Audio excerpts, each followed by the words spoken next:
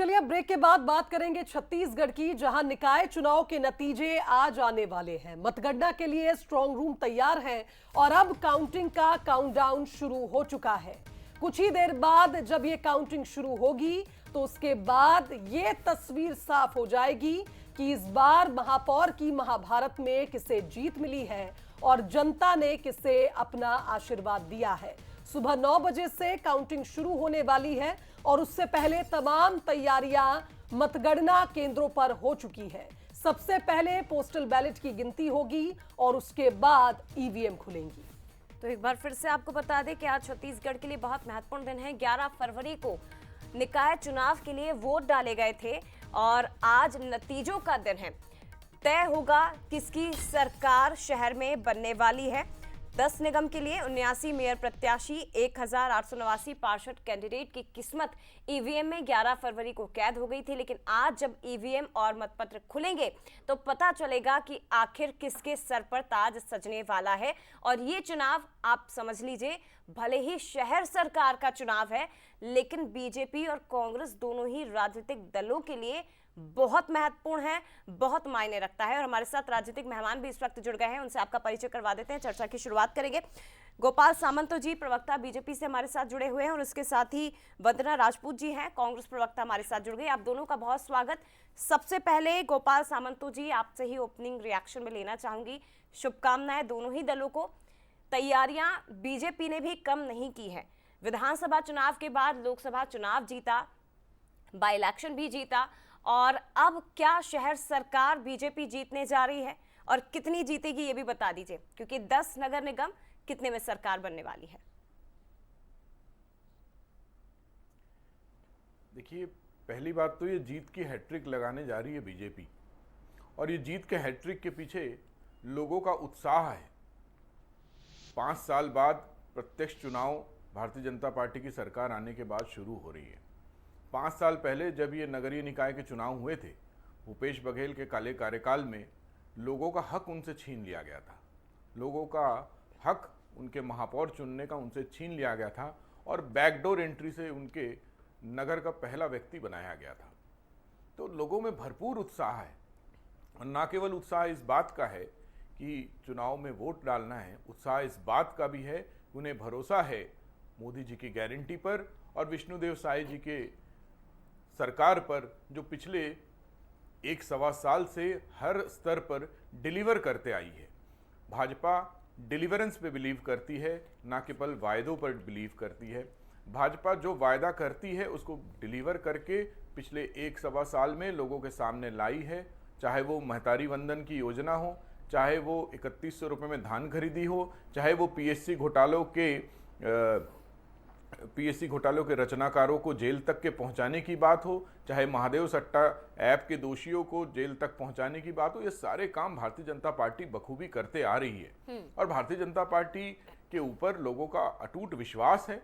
चाहे वो केंद्र की सरकार जब बनती है और केंद्र के सरकार में जब मोदी जी प्रधानमंत्री बनते हैं, और गोपाल सामंत जी 10 के 10 निगम या एकाध ज्यादा या कम? 173 के 173 नगरीय निकाय, उसमें सारे आपके नगर निगम भी आ जाएंगे, नगर पंचायत भी आ जाएंगे, नगर पालिका भी आ जाएंगे। चलिए, क्या बात है, ये कॉन्फिडेंस तो आपके चुनावी प्रचार में भी दिखा। गोपाल जी और भी आगे चर्चा करेंगे, लेकिन वंदना जी चूंकि मुस्कुरा रही हैं तो अब उनसे रिएक्शन लेना बनता है। वंदना जी, सारे काम बीजेपी ने ही किए हैं, कांग्रेस ने तो कोई काम ही नहीं किया। जिस तरह से गोपाल जी बता रहे थे, सूची गिना रहे थे कामों की, आखिर क्या वजह रह सकती है कि इतनी कॉन्फिडेंट बीजेपी है और ये बार बार कह रही है कि कांग्रेस ने तो नगरीय निकायों में काम ही नहीं किया? देखिए, ये तो आज जनता बताएगी कि कौन सी पार्टी ने कितना काम किया है। मुंगेरी लाल के सपने हैं, ये देख सकते हैं, क्योंकि सपने देखने के लिए कोई मना नहीं कर सकता और कोई रोक नहीं सकता। दूसरी बात, हम 10 नगर निगम, 49 नगर पालिका और 114 नगर पंचायतों में अधिक से अधिक संख्या जो है कांग्रेस के प्रत्याशी जीत करके आ रहे हैं, क्योंकि निश्चित तौर पर हम देखते हैं कि ये चुनाव स्थानीय होता है और स्थानीय चुनाव होने के नाते सबसे पहले महत्वपूर्ण बात इस बात पर रहता है कि जो प्रत्याशी है उस प्रत्याशी का संबंध वहां के जनता के साथ कैसा संबंध रहता है। ये बहुत महत्वपूर्ण होता है। और जाहिर सी बात है, कांग्रेस पार्टी हमेशा से जनता की सेवा करते आई है और हम उस जनता की सेवा के माध्यम से हमको पूर्ण ये विश्वास है कि अधिक से अधिक संख्या में कांग्रेस के प्रत्याशी जीत करके आएंगे। दूसरी बात, अभी जैसे बोल रहे थे कि मोदी की गारंटी के बारे में बात कर रहे थे गोपाल जी, लेकिन नगरीय निकाय चुनाव में तो मोदी की गारंटी के नाम पर उन्होंने घोषणा पत्र नहीं लाया। उन्होंने तो अटल जी के नाम पर यहाँ पर जनता को फिर से ठगने का काम किया, क्योंकि यदि हम देखते हैं कि 13 महीने में भारतीय जनता पार्टी की सरकार ने मोदी की गारंटी के नाम से जो जनता को ठगने का काम किया है, उन्हें ये एहसास हो गया कि फिर से हम मोदी की गारंटी लाएंगे तो कहीं ना कहीं जनता यहाँ पर प्रश्न चिन्ह न लगा दे कि इस 13 महीने की सरकार में यदि मोदी की गारंटी में हुआ तो हुआ क्या काम। आप कागज पर बात करते हैं, आप डिबेट पे बात करते हैं, लेकिन स्थानीय आप जाएंगे, जमीन स्तर पर जाएंगे तो क्या काम है? कुछ भी काम नहीं है, 0 बटे सन्नाटा है। गोपाल जी, दूसरी बात, आप यदि बात करते हैं, जी वंदना जी अपनी बात पूरी करिए, आप पूरी कर मैं लीजिए। वही बोल रही हूँ कि आप देखिएगा कि कुछ ही समय की बाकी है, उसमें पूरा पिक्चर साफ हो जाएगा। वंदना क्योंकि जी, लगातार मेरा हम काउंटर दिल क्वेश्चन से, रहेगा मैम, मन से फिर आप इस पर भी जवाब दीजिएगा। मेरा एक और काउंटर क्वेश्चन है, कांग्रेस के कॉन्फिडेंस की वजह क्या है? 5 साल आपकी सरकार रही, लेकिन विधानसभा और लोकसभा में मतदाताओं ने बीजेपी पर भरोसा जताया है। अब एक महत्वपूर्ण बात यह है कि 2018 में बनती है भूपेश बघेल सरकार, 2020 में होते हैं निकाय चुनाव, और जब चुनाव होते हैं तो ये होते हैं इनडायरेक्ट प्रोसेस से, अप्रत्यक्ष प्रणाली, जिसमें पार्षदों ने चुना था महापौर को। और बीजेपी तभी से ये मुद्दा लगातार उठाती रही कि आप में जनता के बीच जाने की हिम्मत नहीं थी, इसलिए आपने इसे इनडायरेक्ट करवा दिया। और पार्षदों ने अगर महापौर को चुना है तो इसमें तो जनता का कहीं से रोल ही नहीं आया। अब हमें देखिए, मतदाता हम पर भरोसा जताकर हमें जिताने वाले हैं। ये सबसे बड़ी जीत की वजह बताते रहे 2018 से वो, अब 2020 से बीजेपी आपकी। देखिए, प्रत्यक्ष और अप्रत्यक्ष चुनाव जो होता रहा है, यदि प्रत्यक्ष और अप्रत्यक्ष चुनाव में हम सबसे बड़े उदाहरण देखते हैं कि जब भारतीय जनता पार्टी में डॉक्टर रमन सिंह की सरकार थी तो भी प्रत्यक्ष चुनाव हुआ था।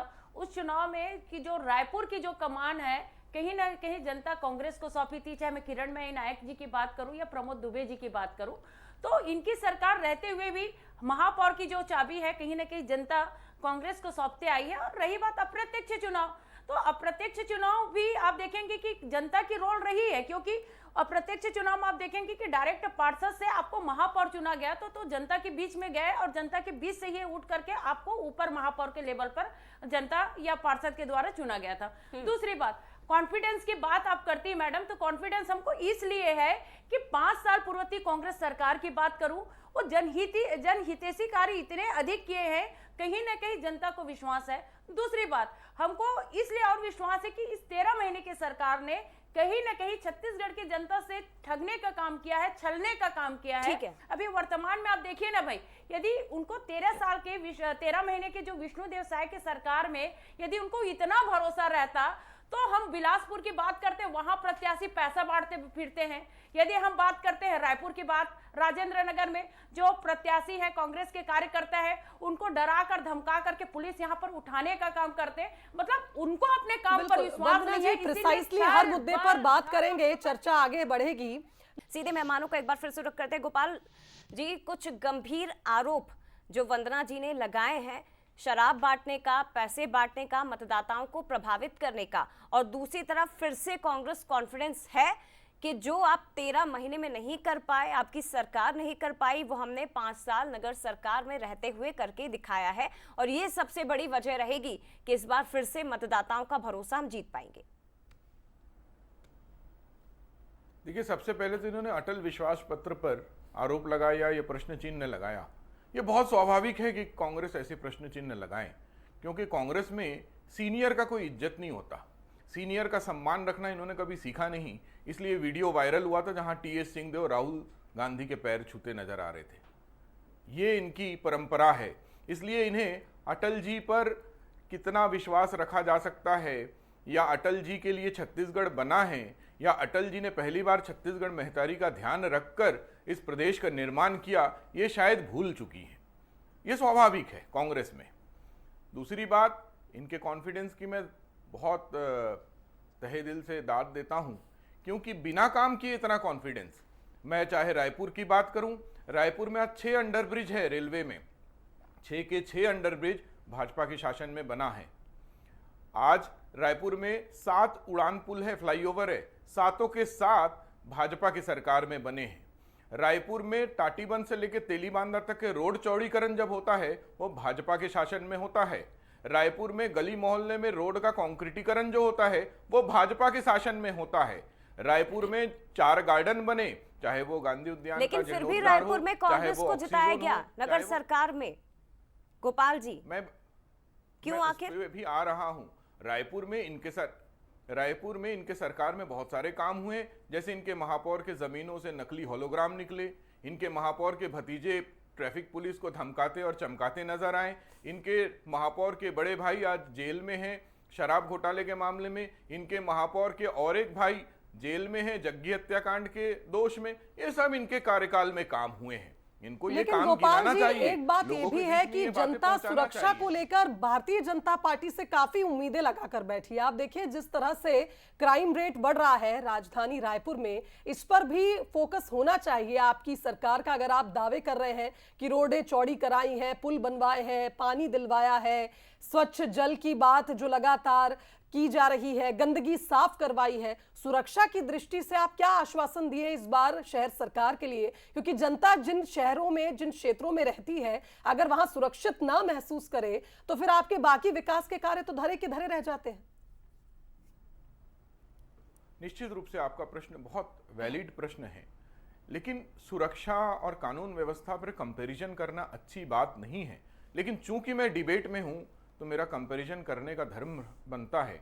तो मैं आपको बता दूं 6198 हत्याएं हुई हैं भूपेश बघेल के 5 साल में, और ये एक नैरेटिव सेट करने जा रहे हैं और नैरेटिव सेट करने की कोशिश में कांग्रेस लगी हुई है कि हमारे शासनकाल में अपराध बढ़ रहे हैं। लेकिन मैं आपको बताऊं पहले साल में जो भाजपा के कार्यकाल में 702 हत्याएं का केस दर्ज हुआ है।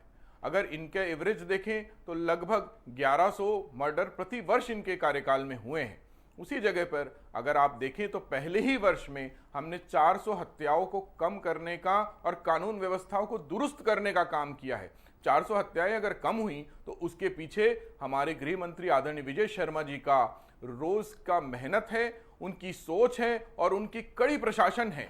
और मैं आपको और आश्वस्त करता हूं कि अगले 1 साल बाद ये संख्या और कम हो जाएगी, और जब 5 साल का कंपैरिजन होगा तो हमारे कार्यकाल की जो संख्या है इनके 10 या 20% तक के ही रह जाएंगी, उससे आगे नहीं बढ़ेंगी। ठीक है गोपाल जी, लेकिन मेरा प्रश्न एक और है आपके माध्यम से, एक छोटा सा प्रश्न है। भूपेश बघेल अपने पीठ बहुत थपथपाते हैं अपने मुख्यमंत्री कार्यकाल में। मैं बताना चाहता हूं उनके गृह जिले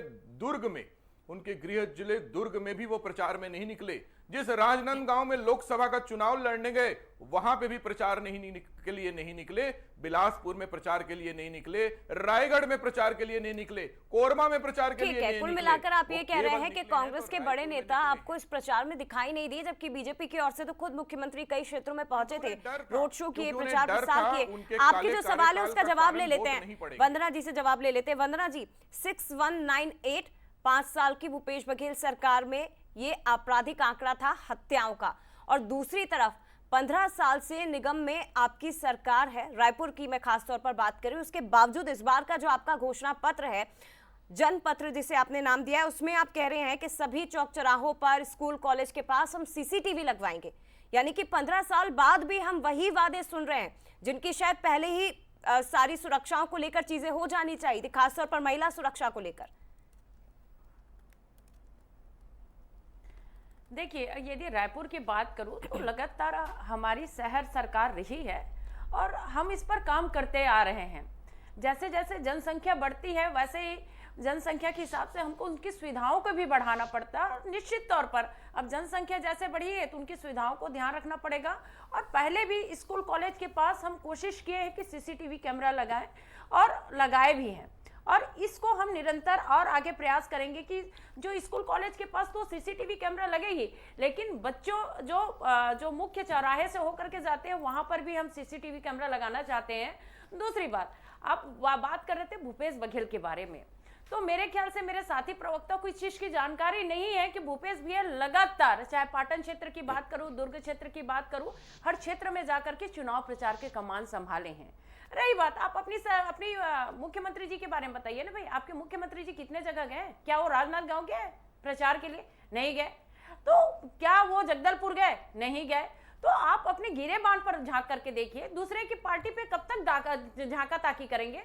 दूसरी बात, आप बात कर रहे थे कि भूपेश बघेल ने ये किया वो किया, तो आपको ये मालूम होना चाहिए कि छत्तीसगढ़ में सबसे ज्यादा समय में आपकी सरकार रही है, और आपकी सरकार रही तो वाजिब तौर पर आपके सरकार में थोड़ा सा काम अधिक हुई होगी, क्योंकि आप यदि बात करते हैं पूर्ववर्ती रमन सिंह के कार्यकाल की बात करूं तो 15 साल की है, अभी आप देखेंगे कि अब 13 महीने की आपकी सरकार है, तो निश्चित तौर पर जो भी सरकार रहता है उनका काम होता है। और सबसे बड़ी बात है, आप यहाँ यदि बात करते हैं, अभी कानून व्यवस्था पर सवाल उठाए तो बोल रहे थे कि कानून व्यवस्था पर अपन यहाँ पर कंपेयर नहीं कर सकते। क्यों नहीं कर सकते भैया? कानून व्यवस्था और सुरक्षा पर क्यों कंपेयर नहीं कर सकते?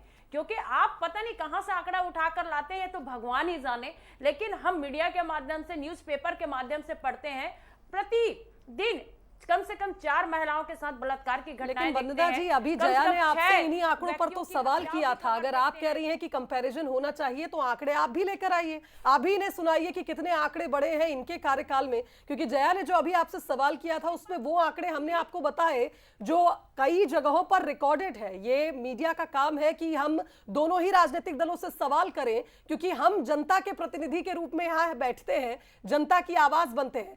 फिलहाल आप रुकिए हमारे साथ और भी चर्चा आगे बढ़ाएंगे। लेकिन गोपाल जी, मैनिफेस्टो की बात हो रही थी, आपने कहा कि अटल जी को ध्यान में रखते हुए उनके सम्मान में ये विश्वास पत्र जारी हुआ, लेकिन पिछले कई महीनों से कांग्रेस का कानून व्यवस्था पर जो आंदोलन चल रहा था, मैंने आपका मैनिफेस्टो देखा, आप मुझे करेक्ट करिएगा, शायद मैं पढ़ ना पाई हूं, लेकिन इन 20 पॉइंट्स में मुझे कहीं पर भी सुरक्षा की दृष्टि से या कानून से जुड़ा कोई भी नॉर्म नजर नहीं आया। क्या वजह है इसके पीछे?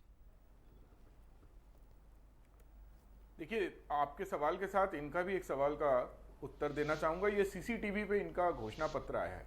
मैं बताना चाहूंगा 2017-2018 में ही तत्कालीन डॉक्टर रमन सिंह की सरकार ने संपूर्ण नगर निगम क्षेत्रों में सीसीटीवी लगाने का कार्य किया और उसका टेंडर भी निकाला और संपादित भी किया उस कार्य को। और मैं आपको बताना चाहूंगा, ये स्कूल कॉलेज की बात 3 बार बोल चुकी थी अपने डिबेट में। मैं आपको जानकारी देना चाहूंगा, रायपुर के अंदर एक महिला ITI एसड्डू में, उस महिला ITI के दीवार से लगता हुआ शराब दुकान इन्होंने संचालन करने का काम किया था।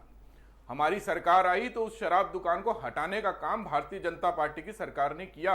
आप सोच के देखिए, एक महिला ITI के दीवार से लगा हुआ शराब दुकान और उससे लगा हुआ अहाता, यह कांग्रेस की सरकार थी। इसकी तस्दीक आप किसी भी रिपोर्टर से कर सकते हैं। यह रायपुर राजधानी की बात कर रहा हूं। दूसरा, ये कह रहे थे भूपेश बघेल ने बहुत सारे प्रचार किए। मैं आपको बताना चाहता हूं, आदरणीय विष्णुदेव साई जी ने जगदलपुर में रोड शो किया, दुर्ग में रोड शो किया, धमतरी में रोड शो किया, रायपुर में रोड शो किया, बिलासपुर में रोड शो किया, कोरबा में रोड शो किया, और एक भी जगह भूपेश बघेल निकले हो तो ये बता दें। और हम तो चाहते थे भूपेश बघेल निकले, क्योंकि जहां जहां भूपेश बघेल के पैर पड़ते वहां वहां कमल खिलते। इतना काला कार्यकाल इमरजेंसी के बाद अगर इस प्रदेश ने देखा था तो भूपेश बघेल के कार्यकाल आपकी में मुख्य देखा बिंदु था। हम यही देख रहे हैं, आप भूपेश बघेल के आसपास ही नजर आ रहे हैं। मेरा जो सवाल था मैनिफेस्टो से जुड़ा था, चाह रही थी कि शायद इस पर आप जवाब दें, क्योंकि आप देखिए, कानून व्यवस्था हो या सुरक्षा हो, इसको लेकर लगातार साइज सरकार को आड़े हाथों लेते हुए दीपक बैच को देखा गया है। एक बड़ा आंदोलन कांग्रेस के तमाम कार्यकर्ताओं ने किया था। इतना महत्वपूर्ण बिंदु जिसे आपने मैनिफेस्टो में नहीं पेश किया, तो इस पर सवाल तो बनेगा। निश्चित रूप से आपने जो पूछा, दीपक बैच जी का भी नाम लिया और कानून व्यवस्था पे बात किया। मैं आपको बता दूं, दीपक बैच जी के साथ हिडमे जो नक्सली हैं उनका वीडियो वायरल हुआ था, उनका फोटो वायरल हुआ था, मेरे पास भी है, आप चाहें तो मैं इस चैनल में भी दिखा दूं। ये तो एक बात रही कानून व्यवस्था पर, लेकिन मैं ये बताना चाहता हूं आपके माध्यम से, नगरीय निकायों में जो चुनाव होते हैं, नगरीय निकायों की जो व्यवस्था होती है मूलभूत समस्याओं की होती है। चूंकि हमारी सरकार कानून व्यवस्था पे 24/7 काम कर रही है, चूंकि हमारे आदरणीय मुख्यमंत्री और आदरणीय गृह मंत्री जी 24/7 कानून व्यवस्था पर काम कर रहे हैं, ये तो बार बार इस चीज को ये नैरेटिव बनाकर प्रस्तुत ठीक है। इसलिए करना चाहते हैं क्योंकि इनके जो अपराध हैं वो छुपे रहें। अगर दुर्ग में इनके सुपुत्र भूपेश बघेल के सुपुत्र पे कानूनी केस होता है तो उसके एक दिन पहले वो थाने में जाके धरना देते हैं। ठीक है, जो ताकि सवाल जो उस मुद्दा पर आपने उठाया आरोप उसी पर न लग जवाब ले पाए। लेते हैं। वंदना जी, मैं आपके पास ही आ रही हूँ। जो आरोप लगाए गए हैं गोपाल जी की ओर से, उनका भी जवाब दीजिए। और अगर आप दोनों ही राजनीतिक दल इस बात को उठा रहे हैं कि कौन सा बड़ा नेता कौन से क्षेत्र में गया है, ये मतदाताओं पर प्रभाव डालने के लिए काम करता होगा, लेकिन मतदाताओं के दिमाग में जब वो वोट डालते हैं तो ये भी सबसे ज्यादा महत्वपूर्ण रहता है कि हमारे काम कितने हुए हैं। नगर सरकार मूलभूत जो सुविधाएं उन्हें मिल रही है कि नहीं मिल रही है, उनकी समस्याओं का स्थानीय स्तर पर कितना निराकरण हुआ है, वो हुआ है कि नहीं हुआ है, ये तो मायने रखता है ना। और जो आंकड़े गिराए थे कुछ देर पहले गोपाल जी ने, आप भी आंकड़े 15 साल के पेश कर दीजिए वंदना जी। देखिए, गोपाल जी जितने आरोप लगा रहे हैं बिल्कुल वो निराधार आरोप है। भारतीय जनता पार्टी की सरकार रहते हुए भी आरोप लगा रहे हैं और जब वे विपक्ष में थे तो भी आरोप लगाते। इनका सिर्फ एक ही काम है, आरोप लगाना और जनता का ध्यान भटकाना। दूसरी बात, यदि आप भूपेश बघेल जी के बारे में बात कर रहे हैं तो छत्तीसगढ़ की जनता, छत्तीसगढ़ के किसान बहुत अच्छे से इस चीज को समझती है कि ये वही भूपेश बघेल जी है जो किसानों की समृद्धि लाने के लिए हमने जो वादा किया था, जिसके कारण आज 3100 रुपये समर्थन मूल्य देने के लिए भारतीय जनता पार्टी की सरकार आज मजबूर है। ये वही भूपेश बघेल जी है जो युवाओं को रोजगार देने के लिए कदम आगे बढ़ाया था और लगातार युवाओं को छत्तीसगढ़ में रोजगार मिला है। आज कहीं ना कहीं मजबूरन इस चीज को लेकर के कॉपी पेस्ट कर रहे भारतीय जनता पार्टी के नेता। ये वही भूपेश बघेल जी है जो महिलाओं को गौठान के माध्यम से रोजगार देते थे और आज अब भारतीय जनता पार्टी की सरकार में आज ऐसा हो गया है कि गौठान को बंद करके महिलाओं को बेरोजगार बना दिया गया। ये वही भूपेश बघेल जी है जो बहुत ही गरीब और तबके मध्यम परिवार के जो बच्चे हैं अंग्रेजी माध्यम स्कूल में पढ़ने के सपना देखते थे, उसके सपने को पूरा करने का काम किए। ये वही भूपेश बघेल जी है जो तेंदुपत्ता के संग्राहकों को 4500 रुपए देने का काम किया था। और उसके बाद तो स्पष्ट हो ही जाना है कि आखिर जनता ने किस पर भरोसा जताया। बने रहिएगा हमारे साथ। अंबिकापुर से दीपक इस वक्त जुड़ गए हैं। दीपक, बताइए जरा, मुश्किल से सिर्फ 15 मिनट का इंतजार, उसके बाद काउंटिंग की प्रक्रिया शुरू हो जाएगी। किस तरह की तैयारियां हैं, क्या दिखाई दे रहा है, क्या राजनीतिक दल से यहाँ पर कोई बड़ा चेहरा पहुंचा अभी तक, और माहौल क्या नजर आ रहा है? सबसे पहले तो अंबिकापुर में। जी देखिए, आज वो जो समय है इंतजार का वो खत्म हो चुका है क्योंकि आज काउंटिंग है। और ऐसे में अंबिकापुर नगर निगम के जो 6 महापौर जो प्रत्याशी थे और 142 जो पार्षद प्रत्याशी थे, उनके भाग्य का फैसला आज यहाँ पर खुल जाएगा, दिख जाएगा कि कौन यहाँ पर शहर सरकार में बैठेगा। इससे पहले आपको बता दूं कि ये अंबिकापुर के पॉलिटेक्निक कॉलेज आप मेरे पीछे देख सकती हैं, यहीं पर आज काउंटिंग शुरू, अभी कुछ ही समय से शुरू हो जाएगा काउंटिंग को लेकर के। और तैयारियां निश्चित रूप से पूरी कर ली गई हैं। और देखिए, बड़ी कड़ी सुरक्षा के बीच में जो यहाँ पे टीम है वे आ रहे हैं और 9 बजे जो काउंटिंग शुरू होगा। लेकिन अभी तक जो बड़े चेहरे हैं, जो प्रत्याशी, वे अभी तक नहीं आए हुए हैं।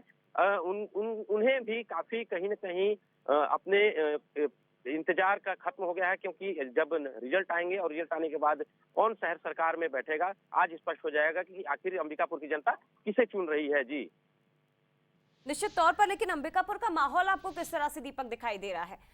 यहाँ की जो निकाय चुनाव की हम बात कर रहे हैं, नगर शहर, इसे जरा समझाने की कोशिश कीजिए। दोनों ही प्रत्याशी जो आमने सामने हैं अंबिकापुर में, मंजुषा भगत और अजय तिर्की, इनकी प्रोफाइल किस तरह से है, माहौल क्या नजर आ रहा है? क्योंकि अंबिकापुर में बताया जा रहा है कि 10 साल से कांग्रेस सत्ता में बनी हुई है। ऐसे में कुछ स्वर एंटी इनकम्बेंसी के भी यहाँ पर सुनाई दे रहे हैं। स्थानीय स्तर पर कितना काम हुआ है, मतदाताओं के मन में क्या है? देखिए, अगर मैं बात करूं कि यहाँ पर जो नगर निगम में जो सरकार थी किस प्रकार से काम की, तो मैं आपको बताना चाहूंगा कि अंबिकापुर में यहाँ कांटे की टक्कर है। दोनों ही जो प्रत्याशी हैं, मंजूषा भगत है, डॉक्टर अजय तिर्की, कांटे की टक्कर है दोनों में। ये बड़ी बात है कि 2 बार कांग्रेस को मौका मिला है और 2 बार बीजेपी को मौका मिला है, तो तीसरी बार आखिर जनता किसे मौका देगी, ये बड़ा सवाल है। लेकिन आपको बताना चाहूंगा कि जो डॉक्टर अजय तिर्की पिछले 10 सालों में यहाँ पर महापौर थे, लेकिन पिछले 5 साल जब कांग्रेस की सरकार थी तब यहाँ पर फंड की व्यवस्था उन्होंने नहीं कर पाई थी, जिससे शहर में कई घोषणाएं किए थे जो घोषणा पत्र में, वे अब तक पूरा नहीं हो सका था, जिससे यहाँ की जो जनता है वे काफी नाराज थी। इसे लेकर के अगर बात करें कि मंजूषा भगत, तो मंजूषा भगत भी जो 3 बार की प्रत्याशी रह चुकी हैं और पार्षद भी रह चुकी हैं। कहीं ना यानी कुल कहीं मिलाकर उनका भी दीपक जो ये है कहा उस जाए कि पार्टी अंबिकापुर से- में भी इस बार कांटे की टक्कर है, क्योंकि एंटी इनकम्बेंसी की बात यहां पर हो रही है। अजय तिर्की पिछले 10 साल से यहां काबिज थे, लेकिन जनता काम देखती है, क्योंकि ये शहर सरकार की जंग है। देखना होगा जनता ने किससे आशीर्वाद इस बार दिया है। बहुत शुक्रिया आपका तमाम बातचीत के लिए, तमाम तस्वीरें हम तक पहुंचाने के लिए। एक बार फिर रुख करेंगे राजनीतिक मेहमानों का।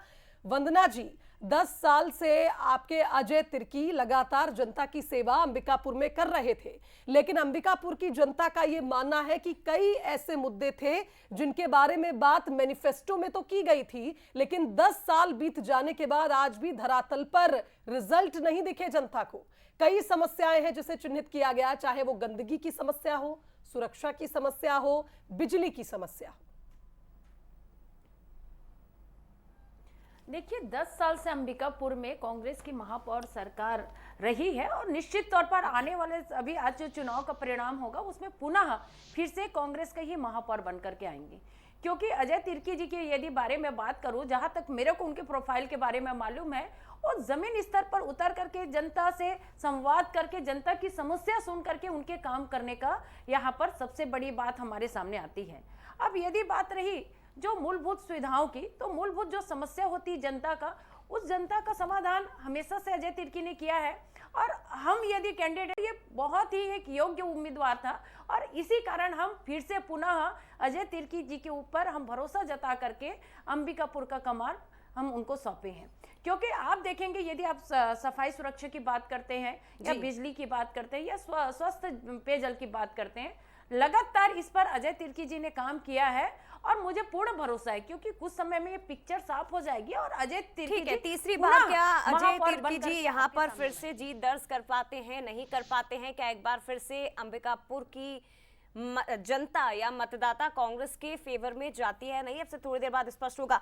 गोपाल सामंत जी, 2 बार से कांग्रेस का महापौर यहाँ पर है, क्या तीसरी बार आपको लगता है कि इस बार बीजेपी जीत पाएगी यहाँ पर? निश्चित रूप से बीजेपी जीतेगी। आज भी अगर अंबिकापुर के सड़कों में आप घूमेंगे तो प्रबोध मिंज जी का काम आपको दिखेगा। 10 साल पहले वो महापौर थे, आज वो विधायक हैं। लोगों ने उनको भरपूर आशीर्वाद दिया जब वो विधानसभा चुनाव में उतरे। तो निश्चित रूप से भाजपा के साथ पूरा लोगों का समर्थन है, पूरा लोगों का विश्वास है। और मैं आपके माध्यम से पूछना चाहूँगा, जब मैं घोषणाओं की बात करता हूँ, जब मैं डेवलपमेंट की बात करता हूँ, तो ये कानून व्यवस्था में आती है। और जब हमारी प्रवक्ता साथी, जब मैं कानून व्यवस्था की बात करता हूं तो ये बोलते हैं कहां से रिपोर्ट लाता हूं। मैं इनको बता दूं, एनसीआरबी का रिपोर्ट ये जरा देख लें। एनसीआरबी के रिपोर्ट में मैंने जो भी तथ्य दिया है आपके चैनल में, वो एनसीआरबी के रिपोर्ट के तथ्यों के आधार पर दिया है। अब आप इनसे पूछ लीजिए, इनके कार्यकाल में 2 ऐसे महापौर थे जिनके पति विधायक थे, एक के पति तो मंत्री थे राज्य में। जयसिंह अग्रवाल जी की वाइफ भी महापौर थी और विनय जायसवाल जी की वाइफ भी महापौर थी। ये चिरमिरी और कोरबा का इनसे पूछ लीजिए कि मंत्री रहते हुए या विधायक रहते हुए, उनके घर में विधायक और महापौर रहते हुए उन्होंने इस दोनों जगह का कितना काम किया। और घोषणाओं की बात करें तो ये बता दें, किरणमयी नायक जी के कार्यकाल में इन्होंने क्या काम किया, प्रमोद दुबे जी के कार्यकाल में इन्होंने क्या काम, 4 बड़े काम इनसे गिनवा लीजिए। 500 मीटर के सड़क अगर नया बनाया हो इन्होंने तो वो गिनवा लीजिए। ठीक है, आपने क्या किया, कांग्रेस ने क्या किया, किस सरकार ने अपने कार्यकाल में कितना काम किया है, अब से थोड़ी देर बाद स्पष्ट हो जाएगा। लेकिन फिलहाल दोनों को ही शुभकामनाएं। बहुत शुक्रिया आपका गोपाल जी और वंदना जी, मंसल न्यूज के साथ जुड़ने के लिए बहुत धन्यवाद। और इधर जगदलपुर में क्या तस्वीर बनती दिखाई दे रही है? राजनीतिक दलों के अपने अपने दावे हैं, बीजेपी कांग्रेस और दोनों दलों के प्रत्याशी अपनी अपनी जीत का दावा कर रहे हैं।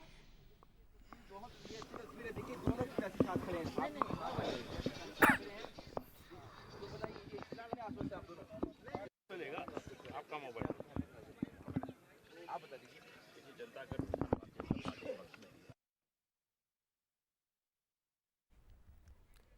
तो देखिए, यहां पर अगर जगदलपुर की बात करें तो संजय पांडे और मलकीत सिंह गेदू चुनावी मैदान में हैं। दोनों ही नेताओं का स्थानीय तौर पर काफी प्रभाव रहा है। पार्टी के साथ है, निश्चित रूप से परिणाम भारतीय जनता पार्टी के पक्ष में भी आएगा और एक बड़ी लीड के साथ भारतीय जनता पार्टी जीतने वाली है। दोनों प्रत्याशी एक साथ एक दूसरे को बधाई दे रहे हैं। देखिए, हमारा शहर भाईचारे के बीच हम लोग रहते हैं। मलकीत हमारे छोटे भाई हैं और सब मिलकर काम करते हैं शहर में और एक विकास के एजेंडा के साथ दोनों ने अपना अपना प्लान रखा है। अब जनता का आशीर्वाद जिस मिलेगा। बिल्कुल शुभकामनाएं हैं, हमारी भी शुभकामनाएं, हमारे बड़े भैया हैं, हम लोगों ने अच्छे से चुनाव लड़ा, सौहार्दपूर्ण वातावरण में यह चुनाव हुआ और जनता जनार्दन है, अब जनता अपना फैसला सुनाएगी। आज जो भी मतगणना का जो भी निर्णय आएगा उसके बाद भांगड़ा देखने को मिलेगा। बिल्कुल, दोनों भाई भांगड़ा एक साथ करेंगे। अच्छा, दोनों ने लड्डू का ऑर्डर दे दिया है क्या? ये सवाल ज़रा कठिन है।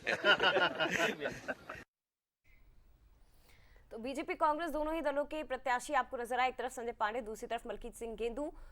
बीजेपी अपनी जीत का दावा कर रही है, कांग्रेस अपनी जीत का दावा कर रही है, लेकिन यहाँ के मतदाता किसके पक्ष में जाने वाले हैं अब से थोड़ी देर बाद स्पष्ट होगा और हर एक तस्वीर आपको नगर सरकार से जुड़ी हुई आप तक पहुंचाते रहेंगे।